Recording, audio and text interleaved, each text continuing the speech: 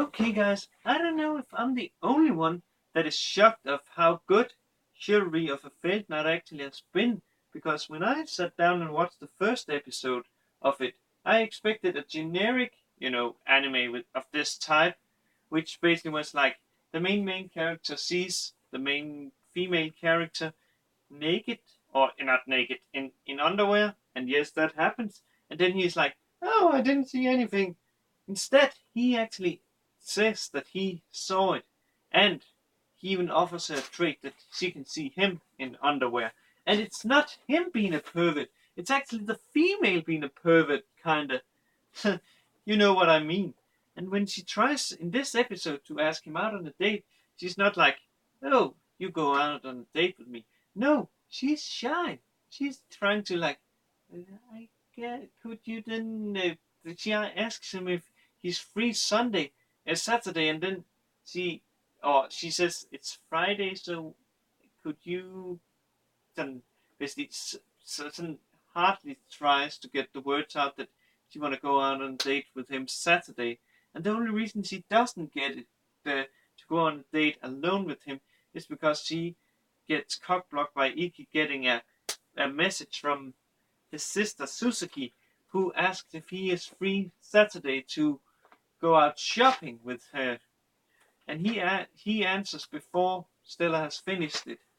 Also, Stella shows a lot of promise, because and a lot of balls, because in this episode Iki offers her to tell her the weakness of her opponent, or not weakness, basically what place her opponent uses, and basically that. But she turns him down because, as she says, she may have to fight someone in the future where she don't know the place, so it's not nice if she gets a free win because of this, basically knowing her opponents.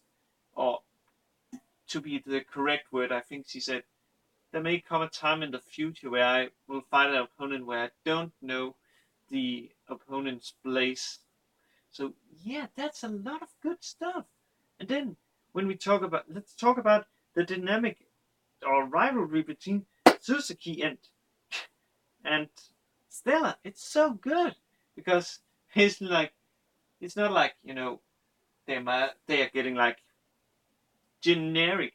It's basically like, example, when Suzuki holds her brother's hand, she is like saying it's normal for a brother and sister to hold hands, but I guess you could hold his hand, but when it's not, like when it's not like blood related, then yeah, it could imply that you has feelings for him, and then Stella gets instantly red, man. I love this. I also like, or let's just say it like this, I can see after this episode that Iki and Stella most likely gets together because of the way she basically comes in, like in a part of this very early in this episode. And then I can also see Nagi and Suzuki ending up together with the way she comes in. And actually, Nagi, let's talk about him because he's really interesting. Because we learned that he sees himself as he's biologically a man, but he sees himself as a girl, and he also has something. He's pretty shady because he seems to know something, like just by knowing the type of person. He seems to know why stuff is happening to them, and his ability, that is pretty nasty, because he can actually stun a person, because he can control shadows. He can basically like stop, basically shove his weapon down into the person's shadow, and then the person can't move. So yeah, and it doesn't need to be in the ground. It can, let's say, example on the wall. You can just stab it into there. It just needs to touch it, and then the person can't move. And also, he can move through shadows. So in theory, he could be in Stella's and Iki's room without them knowing. So he's pretty, pretty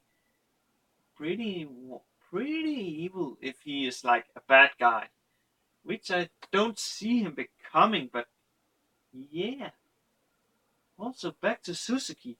She is actually pretty shy from what we find out with new people, or at least that's what our main character Iki tells Nagi. So it's pretty special that she trusts our main Nagi, or as he prefers to be called, Alice, so much. So yeah, that's pretty special, I must say. She is. I love those characters. I love them all. Bishop, or villain in this episode, young Yaki and stuff. Nah, not so much. But then again, they are also dead because in this episode, even for Bishop, I actually had hoped he maybe be like a villain because he has some pretty nice plays. Because one of his hands, they deflects or they absorbs the enemy's attack, and then his other hands like sends back the attack, which we see in Stella, where she basically attacks him and gets it deflected fully. Also, Stella, I'm not sure what's with her Empress dress, because it's either bulletproof or, as I presume, basically vaporizes the bullets when they yank in his shoes. But let's talk a little bit about Bishop, even though he's dead by this episode. He is pretty nasty, actually. He's pretty nasty, even though I must say his comment about basically forgiving the mother for not teaching her mother, what's it called, her son manners. And he kind of, I cannot say he actually acted out in the wrong way. If, as I was saying, if Bishop he offered to forgive her, if Stella would get down on her knees and beg for forgiveness, fully naked, I must say, mm, that isn't very nice, but I would love to see a fully naked Stella, yes. I really would love that. And not in a dojin. I'm talking official. But still, he was he was ready to kill the mother because her son didn't get like taught to act properly. And yes, we see it today that a lot of parents doesn't parenting, but still to kill them for that's not nice.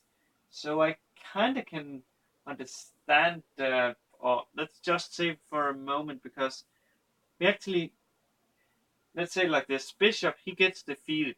He's not killed, but there's one thing that they didn't think about, and that is that there could have been like one of the hostages, maybe it wasn't a hostage, but like a culprit together with Bishop, which actually almost cost them the fight, even for, shall we say, the barrier that what she called Suzuki she raised. It was actually pretty powerful, and I must say that's really good artwork or animation. That way, I could almost see the water, or I could see the water like flowing. That's really impressive. But back to that hostage. They could have lost that fight actually if it wasn't because of Kira showing up and killing both Bishop and, I presume, Yankin and the person who played hostage.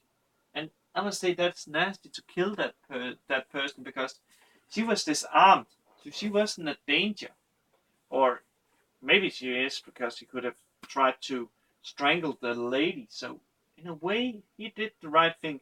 However, I don't like Kirahara or Kiraha or whatever we call him, because when Iki he thanks him for saving them, he actually talks down to him because he doesn't respect Iki. He thinks him weaker than him, and when he's been told otherwise by Stella that Iki can defeat him, he tells her that Iki was weak and ran away, so because he was afraid to face him. So I wonder if that's the whole story, of if Kira and him maybe was friends in the past, and Iki ran away not to embarrass him, what's it called, Kira, by defeating him in front of a lot of, what's it called, prestigious people, or important people. So yeah, this episode, it's really freaking good. And I must say, I'm looking forward to the next episode on Saturday, and I really hope that I can have it out that day, because after watching this, I'm really happy that I decided to watch it. And I can understand why Sentai picked it up, because they don't usually pick up bad series. I think they have a few bad series, but still, it usually doesn't pick up bad series. So if you know Sentai have licensed something, you know it's gonna be good. Which means I most likely should watch Sakura Tricks one day. But when all that is said and done, you guys have a good day, good night, wherever you are, and I will see you later with. Oh, I cannot decide if it's Hidden Noaria or if it's gonna be Anti-Magic Academy. So have a good day still, or night. Cheers, guys.